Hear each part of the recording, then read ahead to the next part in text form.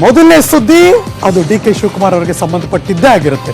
8.59 ಕೋಟಿ ರಹಸ್ಯ ಭೇದಿಸೋದಕ್ಕೆ ಇಡಿ ಹೋರಾಡ್ತಾ ಇದೆ. ಇತ್ತ ತಿಹಾರ್ ಜೈಲಿನಿಂದ ಡಿ.ಕೆ.ಶಿ ಅವರನ್ನ ಹೊರಗೆ ತರೋದಕ್ಕೆ ವಕೀಲರು ಕೂಡ ವಾದ ಮಾಡ್ತಿದ್ರು, ಏನು ಪ್ರಯೋಜನ ಆಗ್ತಾ ಇಲ್ಲ. ಬಂಡಲ್ಗಟ್ಟಲೆ ದಾಖಲೆಗಳ ಜೊತೆ ಬಂದಿದ್ದ ಇಡಿ ವಕೀಲರು ಕನಕಪುರದ ಬಂಡೆ ತಲೆಯನ್ನೇ ಬಿಸಿ ಮಾಡಿಬಿಟ್ಟಿದ್ದಾರೆ. ಇವತ್ತು ಕೂಡ ಡಿ.ಕೆ.ಶಿಗೆ ಜಾಮೀನು ಸಿಕ್ಕಿಲ್ಲ. ಇನ್ನೆರಡು ದಿನ ತಿಹಾರ್ ಜೈಲೇ ಗತಿ. ಇವತ್ತಿನ ಮಹತ್ವದ ಬೆಳವಣಿಗೆಯನ್ನ ನಿಮ್ಮಿಡಿಗೆ ಕೊಡ್ತಾ ಇದ್ದೀವಿ, ನೋಡ್ಬಿಡಿ.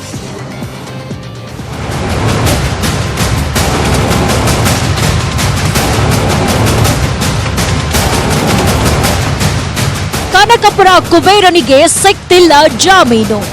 ಎಷ್ಟೇ ಹೋರಾಡಿದ್ರು ವಾದಿಸಿದ್ರು ತಿಹಾರ್ ಜೈಲಿಂದ ಹೊರ ಬರೋದು ಅಷ್ಟು ಸುಲಭವಾಗ್ತಿಲ್ಲ. ಕಳೆದ ಸೋಮವಾರದಿಂದ ಬೇಲ್ಗಾಗಿ ಕಾದಿರೋ ಟ್ರಬಲ್ ಶೂಟರ್ ಬೆಳಗ್ಗೆಯೇ ತಿಹಾರ್ ಜೈಲಿನ ಹಕ್ಕಿಯಾದ್ರು. ಮಧ್ಯಾಹ್ನದ ವೇಳೆಗೆ ಕೋರ್ಟ್ನಲ್ಲಿ ಡಿ.ಕೆ.ಶಿ ಅರ್ಜಿ ವಿಚಾರಣೆ ಶುರುವಾಗಿತ್ತು. ಇವತ್ತಾದ್ರೂ ಜಾಮೀನು ಸಿಗುತ್ತೆ ಅಂದ್ಕೊಂಡಿದ್ದ ಬಂಡೆಗೆ ಬೇಲ್ ಸಿಗದೆ ಮತ್ತೆ ಶನಿವಾರದ ಟೆನ್ಷನ್ ಶುರುವಾಗಿದೆ. ಡಿ.ಕೆ.ಶಿ ಜಾಮೀನು ಅರ್ಜಿಗೆ ಆಕ್ಷೇಪವೆತ್ತಿದ ಇಡಿ ಪರ ವಕೀಲ ನಟರಾಜ್ ವಾದ ಮಂಡಿಸಿದ್ರು. ಡಿ.ಕೆ.ಶಿ ಕೇಸ್ ಕೇವಲ ಐಟಿ ಕಾಯ್ದೆಯಡಿ ಅಷ್ಟೇ ಅಲ್ಲ, ಪಿಎಂಎಲ್ಎ ವ್ಯಾಪ್ತಿಯದ್ದು. ಕೊಲೆ ಮಾಡಿಸಿದ್ರೆ ಸುಪಾರಿ ಎಷ್ಟಕ್ಕೆ ಅನ್ನೋದು ಮುಖ್ಯವಲ್ಲ, ಕೊಲೆ ಮಾಡಿಸಲು ಹಫ್ತಾ ನೀಡಿದ್ದಾರೆ ಎನ್ನುವುದಷ್ಟೇ ಮುಖ್ಯ. ಡಿ.ಕೆ.ಶಿ ಎಷ್ಟು ತೆರಿಗೆ ಕಟ್ಟಿದ್ದಾರೆ ಅನ್ನೋದು ಮುಖ್ಯ ಅಲ್ಲ, ಹಣ ಸಂಪಾದನೆಗೆ ಷಡ್ಯಂತ್ರ ಮಾಡಿದ್ದಾರೆ ಎನ್ನುವುದು ಮುಖ್ಯ. ತೆರಿಗೆ ಕಟ್ಟಿದ ಮಾತ್ರಕ್ಕೆ ಕಳಂಕಿತ ಹಣ ಸಕ್ರಮವಾಗುವುದಿಲ್ಲ. 1.38 ಕೋಟಿ ಕೃಷಿ ಆದಾಯ ಗಳಿಸಿ 800 ಕೋಟಿ ಆಸ್ತಿ ಮಾಡಿದ್ದಾರೆ. ಹೀಗೆ ಡಿ.ಕೆ.ಶಿ ಕೇಸನ್ನ ಸುಪಾರಿ ಹಫ್ತಾ ವಸೂಲಿಗೆ ಹೋಲಿಸಿದ ಇಡಿ ಪರ ವಕೀಲ ನಟರಾಜ್ ವಾದಕ್ಕೆ ಡಿ.ಕೆ.ಶಿ ಪರ ಲಾಯರ್ ದಯಾನ್ ಕೃಷ್ಣನ್ ಆಕ್ಷೇಪಿಸಿದ್ರು.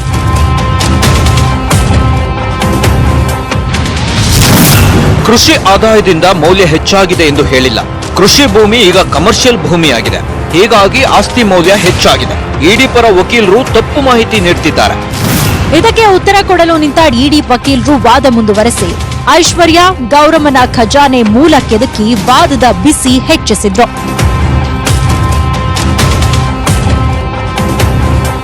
ಡಿ.ಕೆ.ಶಿ ತಾಯಿ ಗೌರಮ್ಮ ಹೆಸರಲ್ಲಿ ಪ್ಯಾನ್ ಕಾರ್ಡ್ ಕೂಡ ಇಲ್ಲ. ಗೌರಮ್ಮ ಬಳಿ 38 ಆಸ್ತಿಗಳಿವೆ. ಡಿ.ಕೆ. ಶಿವಕುಮಾರ್ ಹೆಸರಲ್ಲಿ 24 ಆಸ್ತಿಗಳಿವೆ. ಡಿ.ಕೆ.ಶಿ ಸಹೋದರ ಡಿ.ಕೆ. ಸುರೇಶ್ ಹೆಸರಲ್ಲಿ 27 ಆಸ್ತಿಗಳಿವೆ. ಎಲ್ಲ ಆಸ್ತಿಗಳನ್ನು ನಗದು ಮೂಲಕವೇ ಖರೀದಿಸಿದ್ದಾರೆ. ಕೆಲವು ಆಸ್ತಿ ಸಾಲ ಪಡೆದು ಖರೀದಿಸಿದ್ದಾರೆ. ಐಶ್ವರ್ಯ ಹೆಸರಲ್ಲೂ 40 ಕೋಟಿ ಸಾಲ, 80 ಕೋಟಿ ಆಸ್ತಿ ಇದೆ. ಕುಟುಂಬದವರಿಂದಲೇ ಐಶ್ವರ್ಯ ಸಾಲ ಪಡೆದಿದ್ದಾರೆ. ಈ ಸಾಲಕ್ಕೆ ಒಪ್ಪಂದ ಇಲ್ಲ, ಶ್ಯೂರಿಟಿ ಇಲ್ಲ, ಬಡ್ಡಿನೂ ಇಲ್ಲ. ಡಿ.ಕೆ.ಶಿಗೆ ಸಂಬಂಧಿಸಿದ 317 ಅಕೌಂಟ್ಗಳಿವೆ. 317 ಅಕೌಂಟ್ಗಳ ಬಗ್ಗೆ ಇಡಿ ಬಳಿ ಮಾಹಿತಿ ಇದೆ. ಅಕ್ರಮ ಹಣ ವರ್ಗಾವಣೆ ಪತ್ತೆ ಹಚ್ಚಲೇಬೇಕಿದೆ. ಪಿಎಂಎಲ್ಎ ಆಕ್ಟ್ ಪ್ರಕಾರ ಅಪರಾಧ ಮಾಡಿರುವುದು ಖಚಿತ. ನೋಟು ಬ್ಯಾನ್ ವೇಳೆ ಅಕ್ರಮ ಹಣ ವರ್ಗಾವಣೆ ಮಾಡಿದ್ದಾರೆ. ಡಿ.ಕೆ.ಶಿ ಬಳಿ ದಾಖಲೆ ಇಲ್ಲದ 8.59 ಕೋಟಿ ರೂಪಾಯಿ ಹಣ ಇದೆ. ಆಸ್ತಿ ಹಣ ಘೋಷಿಸಿಕೊಂಡ ಮಾತ್ರಕ್ಕೆ ಬಿಡಲು ಸಾಧ್ಯವಿಲ್ಲ. ಪಿಎಂಎಲ್ಎ ಪಾಲನೆಯಾಗದಿದ್ರೆ ಆರ್ಥಿಕತೆಗೆ ಹೊಡೆತ ಬೀಳುತ್ತೆ. ಆರ್ಥಿಕ ಅಪರಾಧ ಎಸಗಿದವರಿಗೆ ಈ ಹಿಂದೆ ಬೇಲ್ ಸಿಕ್ಕಿಲ್ಲ. ಡಿ.ಕೆ. ಶಿವಕುಮಾರ್ಗೂ ಕೋರ್ಟು ಜಾಮೀನು ನೀಡಬಾರದು. ಜಾಮೀನು ಕೊಟ್ರೆ ಇಡಿ ನೈತಿಕ ಸ್ಥೈರ್ಯಕ್ಕೆ ಪೆಟ್ಟು ಬೀಳುತ್ತೆ. ಡಿ.ಕೆ.ಶಿ ಚಿದಂಬರಂ ಥರದವರು ವೈಟ್ ಕಾಲರ್ ಕ್ರಿಮಿನಲ್ಸ್. ಹೀಗಂತ ವಕೀಲ ನಟರಾಜ್ ಸುಮಾರು 1.25 ಗಂಟೆ ಸುದೀರ್ಘವಾಗಿ ವಾದ ಮಂಡಿಸಿದ್ರು. ಬಂಡಲ್ ಗಟ್ಲೆ ದಾಖಲೆಗಳನ್ನ ಹೊತ್ಕೊಂಡು ಬಂದಿದ್ದ ಅಧಿಕಾರಿಗಳು ಬಂಡೆ ಪರ ವಕೀಲರಿಗೆ ಟೆನ್ಷನ್ ಮಾಡ್ಬಿಟ್ರು.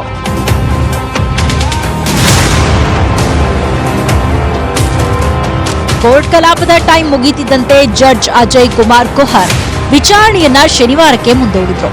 ಶನಿವಾರ ಬೆಳಗ್ಗೆ 11 ಗಂಟೆಗೆ ಮತ್ತೆ ವಿಚಾರಣೆ ನಡೆಯಲಿದ್ದು ಡಿ.ಕೆ.ಶಿ ಎದೆ ಢವ ಢವ ಅಂತ ಇದೆ. ಆತ ಡಿ.ಕೆ.ಶಿ ನೋಡಲು ತಿಹಾರ್ ಜೈಲಿಗೆ ಬಂದ ಸೋದರ ಸುರೇಶ್ಗೆ ಅವಕಾಶ ಸಿಗದೆ ಫುಲ್ ಟೆನ್ಷನ್ ನಲ್ಲಿದ್ದಾರೆ.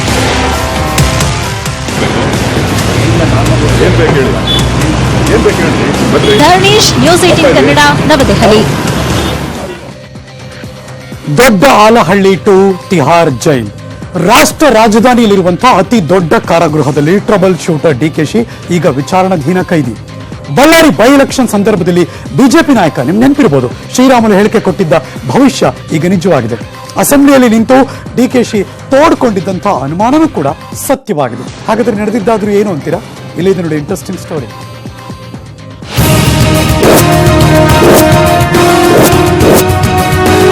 ಇವತ್ತು ಇಲ್ಲಿದ್ದು ನಾಳೆ ಜೈಲಿಗೆ ಹೋಗ್ತೀರ ಅನ್ನೋದು ಗೊತ್ತಿಲ್ಲ. ನಾನು ಹಣೆ ಬರ ಜೈಲು ಮಂತ್ರಿ ಆಗಿದ್ದವನು ಜೈಲಿಗೆ ಹೋಗೋದ್ರಲ್ಲಿ ಏನು ದೊಡ್ಡದೇನಲ್ಲ. I am ready to go to jail. ಕೋರ್ಟ್ನಿಂದ ಜಾಮೀನು ಸಿಗಲಿಲ್ಲ, ಆಸ್ಪತ್ರೆನೂ ಕೈ ಹಿಡಿಲಿಲ್ಲ. ಡಿಕೆ ಶಿವಕುಮಾರ್ ಫಿಟ್ ಅನ್ನೋದು ದೆಹಲಿಯ ರಾಮ್ ಮನೋಹರ್ ಲೋಹಿಯಾ ಆಸ್ಪತ್ರೆ ವೈದ್ಯರ ರಿಪೋರ್ಟ್. ಹೀಗಾಗಿ ಇಡಿ ಕಚೇರಿ, ತುಘಲಕ್ ಸ್ಟೇಷನ್, ಆರ್ಎಂಎಲ್ ಆಸ್ಪತ್ರೆ ಮಧ್ಯೆ ಸಾಗ್ತಿದ್ದ ಡಿಕೆಶಿ ಬಂಡಿ ಇವತ್ತು ಜೈಲು ತಲುಪಿದೆ. ಮಾಜಿ ಜೈಲು ಸಚಿವರೇ ಈಗ ಜೈಲು ಪಾಲು. ದೆಹಲಿ ಪೊಲೀಸರು ಡಿಕೆಶಿಯನ್ನ ಆಸ್ಪತ್ರೆಯಿಂದ ತಿಹಾರ್ ಜೈಲಿಗೆ ಕರೆದೊಯ್ದರು. ಗೇಟ್ ನಂಬರ್ 3 ಇಂದ ಡಿಕೆಶಿಯನ್ನ ಜೈಲಿನೊಳಗೆ ಕರ್ಕೊಂಡು ಹೋದರು. ಜೈಲಿನ ಆಸ್ಪತ್ರೆಯಲ್ಲಿ ವೈದ್ಯಕೀಯ ತಪಾಸಣೆ ಮಾಡಿ ಅತ್ಯಂತ ಭದ್ರತೆ ಇರುವ ಸೆಲ್ನಲ್ಲಿ ಡಿಕೆಶಿಯನ್ನ ಕೂಡಿ ಹಾಕಲಾಯಿತು. ಅಂದಹಾಗೆ ದಕ್ಷಿಣ ಏಷ್ಯಾದ ಅತಿ ದೊಡ್ಡ ಬಂಧಿಖಾನೆಯಾಗಿರೋ ದೆಹಲಿಯ ತಿಹಾರ್ ಜೈಲಿನಲ್ಲಿ ಭಯೋತ್ಪಾದಕರಿಂದ ಹಿಡಿದು ಸರಗಳ್ಳರು ಸೇರಿದಂತೆ ಸಾವಿರಾರು ಮಂದಿ ಖೈದಿಗಳಿದ್ದಾರೆ. ಭೂಗತ ಪಾತಕಿ ಛೋಟಾ ರಾಜನ್, ದೆಹಲಿಯ ನಿರ್ಭಯ ಗ್ಯಾಂಗ್ ರೇಪ್ ಅಪರಾಧಿಗಳು ಇಲ್ಲೇ ಇದ್ದಾರೆ. ಈ ಜೈಲಿನಲ್ಲೀಗ ಡಿಕೆಶಿ ಕೂಡ ಬಂದಿ, ಅದು ಕೂಡ ಸಾಮಾನ್ಯ ಆರೋಪಿಯಂತೆ.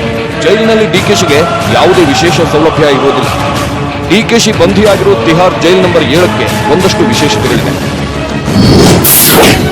ಏನು ಅಂದ್ರೆ, ಡಿಕೆಶಿ ಬಂಧಿಯಾಗಿರೋ ತಿಹಾರ್ ಬಂಧಿಖಾನೆಯ ಜೈಲ್ ನಂಬರ್ 7 ಆರ್ಥಿಕ ಅಪರಾಧ ಆರೋಪಿಗಳಿಗೆ ಮೀಸಲು.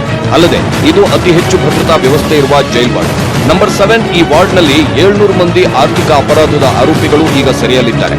ಇಲ್ಲೇ ಕೇಂದ್ರದ ಮಾಜಿ ಸಚಿವ ಪಿ ಚಿದಂಬರಂ, ಸುರೇಶ್ ಕಲ್ಮಾಡಿ ಹಾಗೂ ಸಹಾರಾ ಗ್ರೂಪ್ ಮಾಲೀಕ ಸುಬ್ರತೋ ರಾಯ್ ಕೂಡ ಇದ್ದಾರೆ.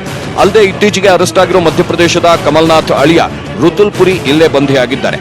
ವಿಶೇಷ ಅಂದ್ರೆ ಕಾಂಗ್ರೆಸ್ ನಾಯಕ ಚಿದಂಬರಂ ಪಕ್ಕದ ಸೆಲ್ನಲ್ಲೇ ಈಗ ಡಿಕೆಶಿ ಕೂಡ ಲಾಕ್.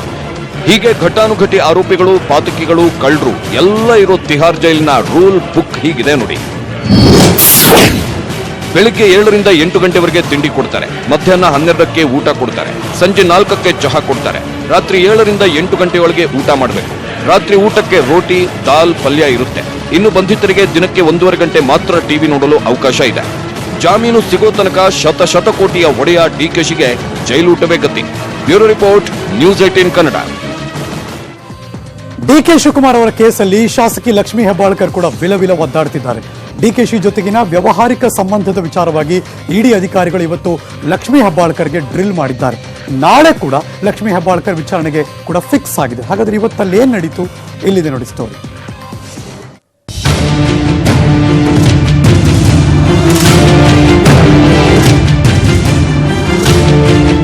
ಲಕ್ಷ್ಮೀ ಬಾರಮ್ಮ ಎಂದ ಇಡಿ ನೋಟಿಸ್ಗೆ ಶರಣಾಗಿ ದಿಲ್ಲಿ ಕಚೇರಿಯಲ್ಲಿ ಎನ್ಕ್ವೈರಿಗೆ ಕೂತ್ರು ಶಾಸಕಿ ಹೆಬ್ಬಾಳ್ಕರ್.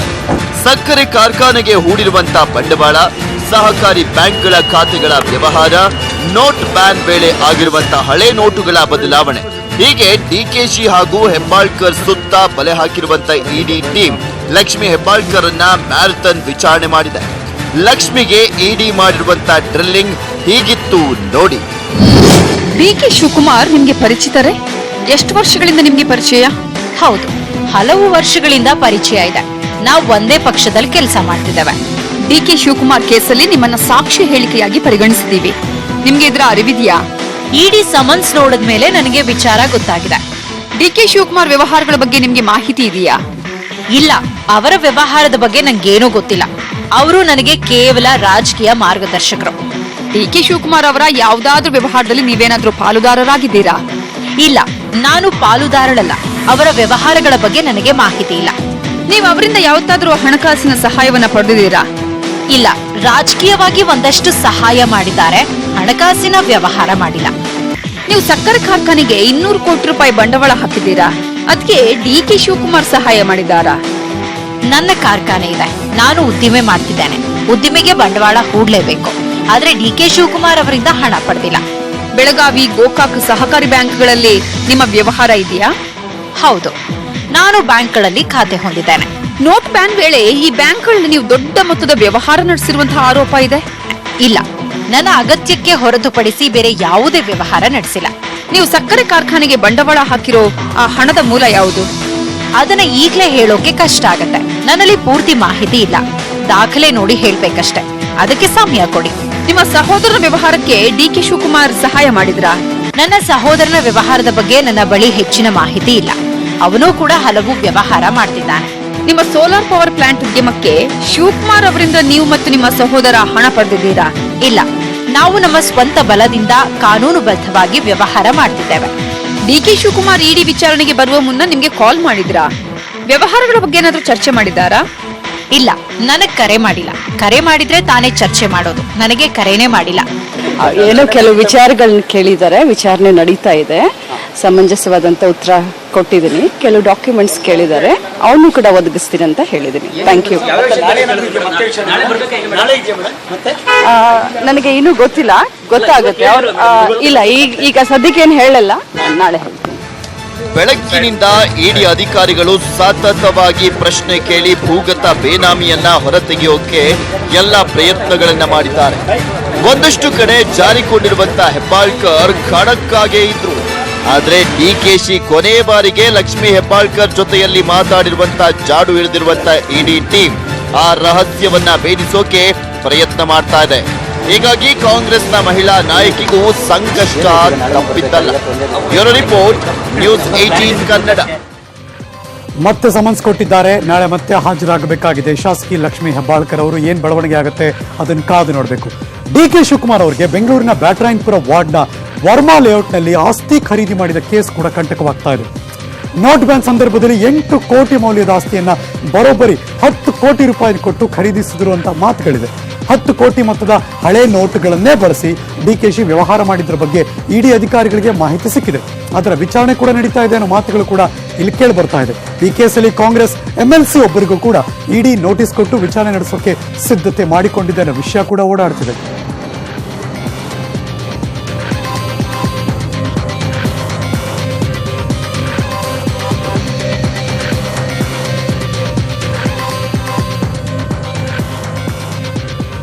ಡಿಕೆಶಿಗೂ ಬಂಧನದಿಂದ ಮುಕ್ತಿ ಇಲ್ಲ.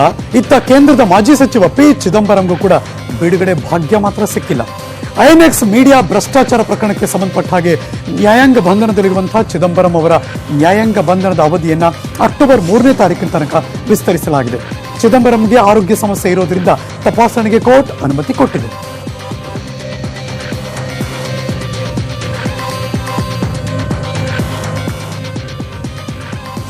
ಮಾಜಿ ಸಚಿವರಿಗೆ ಸಂಕಷ್ಟ ಶುರುವಾಗಿದೆ. ಯಾರು ಏನು?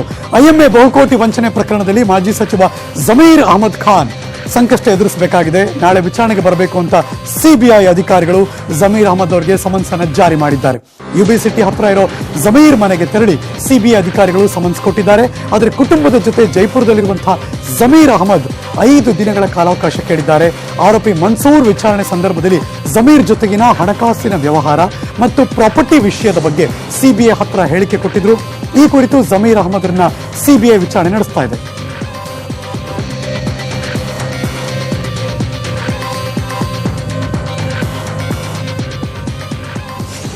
ಕೇಂದ್ರದ ಮಾಜಿ ಸಚಿವ ಪಿ ಚಿದಂಬರಂ ಹಾಗೂ DK ಶಿವಕುಮಾರ್ ಬಂಧನದ ಹಿಂದೆ ಯಾವುದೇ ರಾಜಕೀಯದ ದುರುದ್ದೇಶ ಇಲ್ಲ, ಪಿತೂರಿ ಕೂಡ ಇಲ್ಲ ಅಂತ ಉತ್ತರ ಪ್ರದೇಶದ ಮುಖ್ಯಮಂತ್ರಿ ಯೋಗಿ ಆದಿತ್ಯನಾಥ್ ವಿಪಕ್ಷಗಳ ಆರೋಪಕ್ಕೆ ತಿರುಗೇಟು ಕೊಟ್ಟಿದ್ದಾರೆ.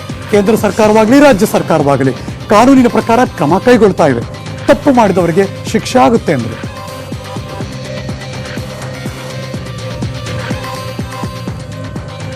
ಪ್ರವಾಹ ಪ್ರವಾಹ ಪ್ರವಾಹ ನಾವು ಮಾತಾಡ್ತಾನೆ ಇದೀವಿ, ವರದಿ ಮಾಡ್ತಾನೆ ಇದೀವಿ. ಪ್ರವಾಹ ನಿಂತೋಯ್ತು, 2 ತಿಂಗಳು ಕಳೀತಾ ಬಂತು ಕೂಡ ನೆರೆ ಸಂತ್ರಸ್ತರ ಕಷ್ಟ ಮಾತ್ರ ದೂರ ಆಗಿಲ್ಲ. 1,000 ಕೋಟಿ ರೂಪಾಯಿ ಬಿಡುಗಡೆ ಮಾಡೋದಾಗಿ ಮುಖ್ಯಮಂತ್ರಿ ಯಡಿಯೂರಪ್ಪನವರು ಹೇಳಿಕೆ ಕೊಟ್ಟಿದ್ದಾರೆ. ಅಲ್ಲದೆ ಪ್ರವಾಹ ಸಂತ್ರಸ್ತ ನೆರವಿಗೆ ನಿಲ್ಲುವಂತೆ ಉದ್ಯಮಿಗಳಿಗೂ ಕೂಡ ಮನವಿ ಮಾಡಿದ್ದಾರೆ. ಪರಿಹಾರ ವಿಚಾರದಲ್ಲಿ ಪಾಲಿಟಿಕ್ಸ್ ಇನ್ನೂ ಜೋರಾಗಿ ನಡೀತಾ ಇದೆ. ಹಾಗಾದ್ರೆ ಅಪ್ಡೇಟ್ ಇಲ್ಲಿದೆ ನೋಡಿ.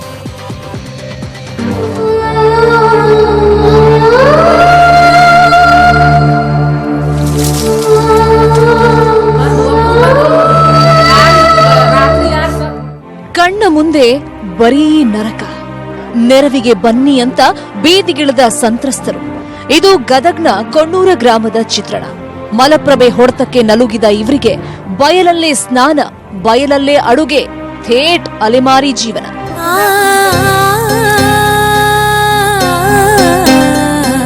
ಇಷ್ಟು ದಿನ ನೆರೆ ಪ್ರದೇಶಗಳತ್ತ ಕಣ್ಣೆತ್ತೂ ನೋಡದ ಕಂದಾಯ ಸಚಿವ ಆರ್ ಅಶೋಕ್ ಇಂದಿನಿಂದ ಪ್ರವಾಸಕ್ಕೆ ಇಳಿದಿದ್ದಾರೆ. ಚಿಕ್ಕಮಗಳೂರು ಜಿಲ್ಲೆಯ ಮೂಡಿಗೆರೆ ತಾಲೂಕಿನ ಬಿದ್ದರಹಳ್ಳಿ ಪರಿಹಾರ ಕೇಂದ್ರಕ್ಕೆ ಭೇಟಿ ನೀಡಿ ನಿರಾಶ್ರಿತರ ಜೊತೆಯೇ ಊಟ ಮಾಡಿದ್ರು. ಬಳಿಕ ಮಲೆಮನೆ ಮಧುಗುಂಡಿಯಲ್ಲಿ ಪರಿಶೀಲನೆ ನಡೆಸಿದ್ರು.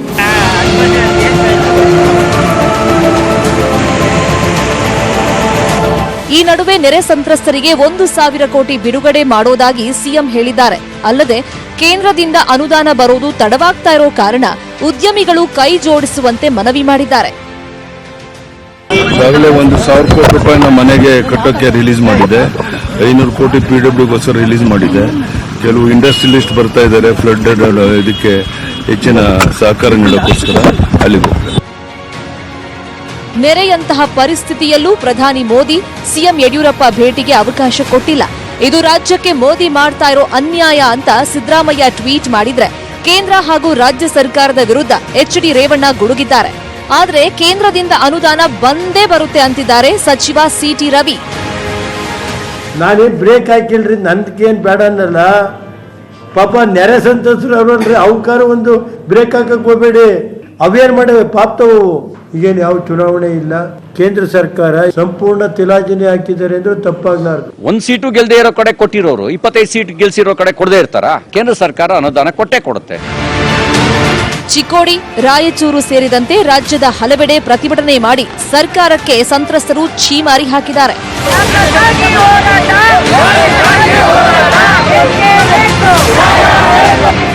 Bureau report, news 18 Kannada.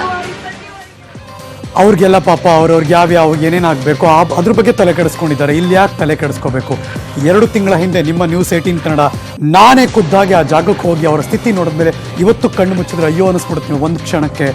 ಯಾಕೆ ಇವರೆಲ್ಲ ಹಿಂಗೆ ಮಾಡ್ತಿದ್ದಾರೆ ಅನ್ನೋದೇ ನಿಜವಾಗ್ಲೂ ಅರ್ಥ ಆಗ್ತಿಲ್ಲ. ಆ ಜನ ಒಂದು ಪಾಠ ಕಲಿಸೋ ತನಕ ಇವರು ಸುಮ್ಮನಿರಲ್ಲ ಅಂತ ಅನಿಸ್ತಾ ಇದೆ. Let's move on. DPR ಈ ಇಲಾಖೆಯಲ್ಲಿ ಮುಂಬಡ್ತಿ ನೀಡೋಕೆ ಖುದ್ದು ಸಿಎಂ ಯಡಿಯೂರಪ್ಪನವರು ಕಲೆಕ್ಷನ್ ಪಡಿತಿದ್ದಾರೆ ಅಂತ ಹಾಸನದಲ್ಲಿ ಮಾಜಿ ಸಚಿವ ಎಚ್ಡಿ ರೇವಣ್ಣ ಗಂಭೀರ ಆರೋಪ ಮಾಡ್ತಿದ್ದಾರೆ. ಕಮಿಷನ್ ಪಡಿಬೇಕು ಅಂತ ಕಳೆದ 2 ತಿಂಗಳಿನಿಂದ ನೇಮಕ ಮಾಡಿಲ್ಲ. 2 ತಿಂಗಳ ಬಳಿಕ 24 ಹುದ್ದೆಗಳಲ್ಲಿ 7 ಇಂಜಿನಿಯರ್ಗಳನ್ನ ನೇಮಕ ಮಾಡಿದ್ದಾರೆ ಅಂತ ಆರೋಪ ಮಾಡಿದ್ದಾರೆ. DPCಗೆ 24 ಜನಕ್ಕೆ CMA ಸೈನ್ ಹಾಕ್ತಾರೆ. 24 ಜನ ಮುಖ್ಯ ಇಂಜಿನಿಯರ್ ಹುದ್ದೆ ಖಾಲಿ ಇದೆ ಅಂತೇಳಿ DPC ಮಾಡಿ ಮುಖ್ಯಮಂತ್ರಿಗಳೇ ಕಡತಕ್ಕೆ ಸೈನ್ ಹಾಕ್ತಾರೆ. DPR ಇಂದ ಬಂದಂಥ ಕಡತಕ್ಕೆ ಅದು 2 ತಿಂಗಳಿಂದ ಓಡಾಡ್ತಾ ಇತ್ತಿದ್ದು. 2 ತಿಂಗಳಿಂದ ಕಲೆಕ್ಷನ್ಗೋಸ್ಕರ 17 ಜನಕ್ಕೆ ಮಾತ್ರ ಕೊಟ್ಟವ್ರೆ. ಇನ್ನು 7 ಜನಕ್ಕೆ DPC ಆದವರಿಗೆ ಅವ್ರದ್ದು ಸ್ವಲ್ಪ ಆಮೇಲೆ ನೋಡೋಣ. ಅದ 3-4 ತಿಂಗಳುಗಳಲ್ಲಿ ರಾಜ್ಯದಲ್ಲಿ ಮಧ್ಯಂತರ ಚುನಾವಣೆ ಬರುತ್ತೆ ಅಂತ ಕೋಡಿಹಳ್ಳಿ ಮಠದ ಶ್ರೀಗಳು ಭವಿಷ್ಯ ನುಡಿದಿದ್ದಾರೆ. ಈ ಹಿಂದೆ ದೋಸ್ತಿ ಸರ್ಕಾರ ಬೀಳುತ್ತೆ ಅಂತ ಇದೇ ಶ್ರೀಗಳು ಭವಿಷ್ಯ ನುಡಿದಿದ್ರು. ಇದೀಗ ಯಡಿಯೂರಪ್ಪ ಸರ್ಕಾರ ಕೂಡ ಬಿದ್ದು ಹೋಗುತ್ತೆ ಅನ್ನೋ ಮುನ್ಸೂಚನೆ ಕೊಟ್ಟಿದ್ದಾರೆ ಕೋಡಿಹಳ್ಳಿ ಶ್ರೀಗಳು. ಎಲೆಕ್ಷನ್ ಪೂರ್ವದಲ್ಲೇ ಹೇಳಿದ್ದೆ ನಾನು, ಇವತ್ತಲ್ಲ. ಎಲೆಕ್ಷನ್ ಪೂರ್ವದಲ್ಲೇ ಹೇಳಿದ್ದೆ ನಾನು ಡೆಲ್ಲಿ ಒಳಗೆ ಏನಾಗ್ತದೆ ಯಾರಾಗ್ತಾರೆ ಅಂತ ಹೇಳಿದೆ. 1 ವರ್ಷದಿಂದ 18 ತಿಂಗಳಾಗಿ ಯಾವುದೇ ಸರ್ಕಾರ ಇದ್ದರೂ ಮತವನ್ನು ಬೇಡ್ತಾರೆ. 1 ವರ್ಷ 18 ತಿಂಗಳು, 14-15 ತಿಂಗಳು ಹಿಡಿದಿರೋದು ಅಷ್ಟೇ. ಇದು ಇನ್ನೂ 3-4 ತಿಂಗಳು ಕಾದು ನೋಡ್ರಿ. ದೋಸ್ತಿ ಸರ್ಕಾರ ಬೀಳುತ್ತೆ ಅಂತ ಹೇಳಿದ್ರಿ ಸ್ವಾಮೀಜಿ, ಈಗ ಬಿಜೆಪಿ ಸರ್ಕಾರ ಬೀಳುತ್ತೆ ಅಂತ ಹೇಳ್ತಿದ್ರಿ. ಮುಂದಕ್ಕೆ ಯಾವ ಸರ್ಕಾರ ಬರುತ್ತೆ ಅಂತಾರೆ ಹೇಳ್ಬಿಟ್ರೆ ಒಂದು ಹೆಲ್ಪ್ ಆಗುತ್ತೇನಪ್ಪ, ಗೊತ್ತಿಲ್ಲ. ಲೆಟ್ಸ್ ವೇಟ್ ಅಂಡ್ ವಾಚ್ ಏನಾಗುತ್ತೆ ಅಂತ. ನಿನ್ನೆ ತಾನೇ ದಿನೇಶ್ ಗುಂಡೂರಾವ್ ಅವರ ವಿರುದ್ಧ ಗುಡುಗಿದ್ದ ಅನರ್ಹ ಶಾಸಕ ಡಾಕ್ಟರ್ ಸುಧಾಕರ್ ಇವತ್ತು ಹಿಂದಿನ ದೋಸ್ತಿ ಸರ್ಕಾರದ ವಿರುದ್ಧ ಕೂಡ ಹರಿಹಾಯ್ದಿದ್ದಾರೆ. ನನಗೆ ಯಾವುದೇ ಅನುದಾನ ಕೊಟ್ಟಿರಲಿಲ್ಲ, ಕೊಟ್ಟ ಮೆಡಿಕಲ್ ಕಾಲೇಜನ್ನ ಕನಕಪುರಕ್ಕೆ ತೆಗೆದುಕೊಂಡು ಹೋಗಿದ್ರು, ಅದು ದ್ವೇಷದ ರಾಜಕಾರಣ ಅಲ್ಲದೆ ಅಂತ, ಅಷ್ಟಲ್ಲದೆ ಇನ್ನೇನು ಅಂತ ಮಾಜಿ ಸಿಎಂ ಕುಮಾರಸ್ವಾಮಿ ಹಾಗೂ DKಶ ವಿರುದ್ಧ ಗುಡುಗಿದ್ದಾರೆ. ಸರ್ಕಾರ ಕೊಟ್ಟಿರ್ತಕ್ಕಂಥ ಅನುದಾನ ಇದೆಯಲ್ಲ, ಅದನ್ನು ತಕೊಂಡು ಜಾಸ್ತಿ ಆಗಿ ನಾನು ಹೊರಗೆ ಬಂದಿದ್ದೀನಿ. ಎಲ್ಲಿ ಬಂದಿದೆ ಅನುದಾನ? ಬಹುಶಃ ಶಿವಶಂಕರ್ ರೆಡ್ಡಿ ಅವ್ರಿಗೇನಾದ್ರು ಕೊಟ್ಟಿದ್ದಾರೆ, ನಮ್ಮ ಮಂತ್ರಿ ಇದ್ರು ಅಂತೇಳಿ. ಯಾವ ಅನುದಾನ ಇಲ್ದಿರಾನೆ ಹೊರಗೆ ಬಂದಿದೆ ನಮ್ಮಂಥವ್ರು. ಅರ್ಥ ಆಯ್ತಲ್ಲ? ಮೆಡಿಕಲ್ ಕಾಲೇಜ್ ನಮಗಾಗಿದ್ದಿದ್ದು ಮೆಡಿಕಲ್ ಕಾಲೇಜ್ ಕನಕಪುರಕ್ಕೆ ತಗೊಂಡು ಹೋದ್ರಲ್ಲ, ಅವತ್ತು ದ್ವೇಷದ ರಾಜಕಾರಣ ಅಲ್ವಾ ಅದು? ರಾಮನಗರದಲ್ಲಿ ಒಂದು ಮೆಡಿಕಲ್ ಕಾಲೇಜ್ ಇದೆ, ಮಂಡ್ಯದಲ್ಲಿ ಒಂದು ಮೆಡಿಕಲ್ ಕಾಲೇಜ್ ಇದೆ, ಮತ್ತೆ ಇನ್ನೊಂದು ಕನಕಪುರಕ್ಕೆ ಯಾಕೆ ಬೇಕಿತ್ತು? Tit for that. ನನ್ನ ಹಾಗೂ ಸಿದ್ದರಾಮಯ್ಯ ನಡುವೆ ವೈರತ್ವ ಇಲ್ಲ, ನಮ್ಮಿಬ್ಬರ ನಡುವೆ ಉತ್ತಮ ಸಂಬಂಧ ಇದೆ. ವಲಸಿಗ ಹಾಗೂ ಮೂಲ ಕಾಂಗ್ರೆಸ್ ಅನ್ನೋ ಭಾವನೆ ನಮ್ಮಲ್ಲಿಲ್ಲ, ನಾವೆಲ್ಲ ಒಗ್ಗಟ್ಟಾಗಿದ್ದೀವಿ ಅಂತ ಮಾಜಿ ಉಪಮುಖ್ಯಮಂತ್ರಿ ಡಾಕ್ಟರ್ ಜಿ ಪರಮೇಶ್ವರ್ ಹೇಳಿಕೆ ಕೊಟ್ಟಿದ್ದಾರೆ. ಈ ಮೂಲಕ ಪರಮೇಶ್ವರ್ ಹಾಗೂ ಸಿದ್ದರಾಮಯ್ಯ ನಡುವೆ ಭಿನ್ನಮತವಿದೆ ಎಂಬ ಸುದ್ದಿಗೆ ಅವರು ಬ್ರೇಕ್ ಹಾಕಿದ್ದಾರೆ. ಅವರಿಗೆ ಅವರ ದೇಶಕ್ತಿ ಇದೆ, ಪಕ್ಷ ಸಂಘಟನೆಗೆ ಸಾಮೂಹಿಕ ನಾಯಕತ್ವ ಇರಬೇಕು ಅಂತ ಹೇಳಿಕೆ ಕೊಟ್ಟಿದ್ದಾರೆ. ಸಿದ್ದರಾಮಯ್ಯನವ್ರಿಗೂ ನಮಗೂ ಶತ್ರುತ್ವ ಅನ್ನೋ ರೀತಿಯಲ್ಲಿ ಬಿಂಬಿಸತಕ್ಕಂಥದ್ದು ಇದೆಯಲ್ಲ, ಇದರಲ್ಲಿ ಏನೋ ನನಗನ್ಸುತ್ತೆ ಯಾರ್ದೋ ಕೈವಾಡ ಇದೆ ಇದರಲ್ಲಿ. ನಾವಿಬ್ರು ಚೆನ್ನಾಗಿದ್ರೆ ಕಾಂಗ್ರೆಸ್ ಬಲಿಷ್ಠವಾಗುತ್ತೆ, ನಾವಿಬ್ರು ಚೆನ್ನಾಗಿಲ್ಲದೆ ಇದ್ರೆ ಗುಂಪುಗಾರಿಕೆ ಆಗ್ತದೆ ಅನ್ನುವಂಥ ಅಭಿಪ್ರಾಯಕ್ಕೆ ಅವರುಗಳು ಬಂದಂಗಿದೆ. ಹಾಗಾಗಿ ಏನೋ ಒಂದು ಷಡ್ಯಂತ್ರ. ಅಂದರೆ ನಾವು 8 ವರ್ಷ ನಾನು ಅವ್ರ ಜೊತೆನಲ್ಲಿ ಅಧ್ಯಕ್ಷನಾಗಿ ಕೆಲಸ ಮಾಡಿದ್ದೇನೆ. ಅವರಿಬ್ಬರು ರಾಜಕೀಯ ಎದುರಾಳಿಗಳು, ಬದ್ಧ ವೈರಿಗಳು ಅಂತಾನೆ ಹೆಸರಾದವರು. ನಾನು ಮಾತಾಡ್ತಿರೋದು ಹಾಲಿ ಮುಖ್ಯಮಂತ್ರಿ ಯಡಿಯೂರಪ್ಪನವರು ಮತ್ತು ಮಾಜಿ ಮುಖ್ಯಮಂತ್ರಿ ಸಿದ್ದರಾಮಯ್ಯನವರು. ಇವತ್ತು ಸೀನೆ ಬೇರೆ ಇತ್ತು. ಪರಸ್ಪರ ಇಬ್ರು ಒಬ್ರಿಗೊಬ್ರು ಕೈ ಕುಲ್ಕಿದ್ರು, ಇಬ್ರು ಮುಗುಳ್ ನಕ್ಕಿದ್ರು. ಅಕ್ಕಪಕ್ಕದಲ್ಲಿ ಕೂತು ಆ ಪ್ರಸಂಗವನ್ನು ನಿಮಗೆ ತೋರಿಸ್ತಾ ಇದ್ದೀವಿ ನೋಡಿ. ಬೆಂಗಳೂರಿನ ಅಂಬೇಡ್ಕರ್ ಭವನದಲ್ಲಿ ನಡೀತು SC/ST ಸಮುದಾಯಗಳ ಆರ್ಥಿಕ ಅಭಿವೃದ್ಧಿ ಅರಿವು ಕಾರ್ಯಕ್ರಮ. ಈ ಅಪರೂಪದ ಘಟನೆಗೆ ಸಾಕ್ಷಿಯಾಯಿತು. ಕಾರ್ಯಕ್ರಮದಲ್ಲಿ ಸಿದ್ದರಾಮಯ್ಯನವರು ಎದ್ದು ನಿಂತು BSY ಸ್ವಾಗತಿಸಿ ಉಭಯ ಕುಶಲೋಪರಿಯನ್ನು ವಿಚಾರಿಸಿದ್ರು. ಇದಾದ್ಮೇಲೆ ಇಬ್ರು ಕೂತಲ್ಲೇ ಒಂಚೂರು ನಿದ್ದೆ ಮಾಡಿದ್ದು ಉಂಟು. ಲೋಕಸಭಾ ಕ್ಷೇತ್ರ ಇದೆ ಸರ್ ದಯಮಾಡಿ ಕರ್ನಾಟಕದಲ್ಲಿ ಕಣಿವೆ ರಾಜ್ಯ ಜಮ್ಮು ಕಾಶ್ಮೀರದಲ್ಲಿ ಹೊಸ ಸ್ವರ್ಗವನ್ನ ಸೃಷ್ಟಿ ಮಾಡೋಕೆ ನಾವೆಲ್ಲರೂ ಶ್ರಮಿಸೋಣ ಅಂತ ಪ್ರಧಾನಿ ನರೇಂದ್ರ ಮೋದಿ ಕರೆ ಕೊಟ್ಟಿದ್ದಾರೆ. ಮಹಾರಾಷ್ಟ್ರದ ನಾಸಿಕ್ನಲ್ಲಿ ಬಿಜೆಪಿ ಎಲೆಕ್ಷನ್ ಕ್ಯಾಂಪೇನ್ ಆರಂಭಿಸಿದ್ರು ಮೋದಿ. ಕಾಶ್ಮೀರದಲ್ಲಿ ನಾವು ಹೊಸ ಸ್ವರ್ಗವನ್ನ ಸೃಷ್ಟಿ ಮಾಡಬೇಕು, ಪ್ರತಿ ಕಾಶ್ಮೀರಿಗನನ್ನು ಕೂಡ ತಬ್ಬಿಕೊಳ್ಳಿ ಅಂತ ಕರೆ ಕೊಟ್ಟರು. ಇನ್ನು ಪದೇ ಪದೇ ಪಾಕಿಸ್ತಾನವನ್ನ ಹೊಗಳುವ NCPಯ ಶರದ್ ಪವಾರ್ಗೆ ಮೋದಿ ತಿರುಗೇಟು ಕೊಟ್ಟರು. ಕೆಲವರು ಸ್ವಾರ್ಥ ರಾಜಕಾರಣಕ್ಕಾಗಿ ಬಾಯಿಗೆ ಬಂದಂಗೆ ಮಾತಾಡ್ತಾರೆ ಅಂತ ಶರದ್ ಪವಾರ್ಗೆ ಚಾಟಿ ಬೀಸಿದ್ರು. ಮುಂಬೈ ದಾಳಿಗೆ ಪ್ರತಿಕಾರ ತೀರಿಸಿಕೊಳ್ಳೋದಕ್ಕೆ ಅಂದಿನ ಪ್ರಧಾನಿ ಡಾಕ್ಟರ್ ಮನಮೋಹನ್ ಸಿಂಗ್ ದೊಡ್ಡ ಪ್ಲಾನ್ ಮಾಡಿದ್ರು ಅಂತ ಬ್ರಿಟನ್ನ ಮಾಜಿ ಪ್ರಧಾನಿ ಡೇವಿಡ್ ಕ್ಯಾಮರೂನ್ ಸ್ಫೋಟಕ ಹೇಳಿಕೆ ಕೊಟ್ಟಿದ್ದಾರೆ. 2008ರಲ್ಲಿ ಮುಂಬೈ ಮೇಲೆ ದಾಳಿ ನಡೆದಂತೆ ಇನ್ನೊಮ್ಮೆ ಕೂಡ ದಾಳಿಗೆ ಪಾಕಿಸ್ತಾನ ಸಜ್ಜಾಗಿದೆ ಎಂಬ ಸುದ್ದಿಗೆ ಪ್ರತಿಕ್ರಿಯೆ ನೀಡಿದಂತಹ ಡಾಕ್ಟರ್ ಮನಮೋಹನ್ ಸಿಂಗ್, ಹಾಗೇನಾದ್ರೂ ಆದರೆ ಪಾಕಿಸ್ತಾನದ ಮೇಲೆ ಸೇನಾ ಬಲ ಪ್ರಯೋಗಕ್ಕೆ ಮನಮೋಹನ್ ಸಿಂಗ್ ಮುಂದಾಗಿದ್ರು, ಈ ಬಗ್ಗೆ ನನ್ನ ಬಳಿ ಹೇಳಿಕೊಂಡಿದ್ರು ಅಂತ ಡೇವಿಡ್ ಕ್ಯಾಮರೂನ್ ಹೇಳಿಕೆ ಕೊಟ್ಟಿದ್ದಾರೆ. Welcome back. ಅಗ್ರ ರಾಷ್ಟ್ರೀಯ ವಾರ್ತೆಗೆ ಮತ್ತೆ ಸ್ವಾಗತ. ಒಂದು ಹೆಮ್ಮೆ ವಿಷಯ ಹೇಳಲೇಬೇಕು. ಸಂಪೂರ್ಣ ಸ್ವದೇಶಿ HAL ನಿರ್ಮಿತ ತೇಜಸ್ ಯುದ್ಧ ವಿಮಾನದಲ್ಲಿ ಇವತ್ತು ರಕ್ಷಣಾ ಸಚಿವ ರಾಜನಾಥ್ ಸಿಂಗ್ ಹಾರಾಟ ನಡೆಸಿದ್ರು. ಬೆಂಗಳೂರಿನ ಬಾನಂಗಳದಲ್ಲಿ ಬೆಳಗ್ಗೆ 30 ನಿಮಿಷಗಳ ಕಾಲ ಹಾರಾಡಿದ್ರು. ತುಂಬಾ ರೋಚಕವಾಗಿತ್ತು ಅಂತ ರಾಜನಾಥ್ ಸಿಂಗ್ ಹೇಳಿಕೆ ಕೊಟ್ಟರು. ತೇಜಸ್ ಯುದ್ಧ ವಿಮಾನದಲ್ಲಿ ಹಾರಾಡಿದ ಮೊದಲ ರಕ್ಷಣಾ ಸಚಿವ ಎಂಬ ಹೆಗ್ಗಳಿಕೆಗೆ ಅವರು ಪಾತ್ರರಾದರು. DRDO ಹಾಗೂ ತೇಜಸ್ ನಿರ್ಮಾಣ ಕಾರ್ಯದಲ್ಲಿ ಕೈ ಜೋಡಿಸಿದ ಎಲ್ಲ ಎಂಜಿನಿಯರ್ಗಳಿಗೂ ಕೂಡ ಧನ್ಯವಾದ ತಿಳಿಸಿದರು ಸಚಿವರು. ಇಂತಹ ಯುದ್ಧ ವಿಮಾನ ತಯಾರಿಸುವ ಸಾಮರ್ಥ್ಯ ಈಗ ಭಾರತಕ್ಕೂ ಇದೆ ಅಂತ ತೋರಿಸ್ಕೊಟ್ಟಿದ್ದಾರೆ. ಈಗ ನಾವು ತೇಜಸ್ ಯುದ್ಧ ವಿಮಾನವನ್ನ ಬೇರೆ ದೇಶಗಳಿಗೂ ಕೂಡ ರಫ್ತು ಮಾಡಬಹುದು ಅಂತ ಹೇಳಿಕೆ ಕೊಟ್ಟರು.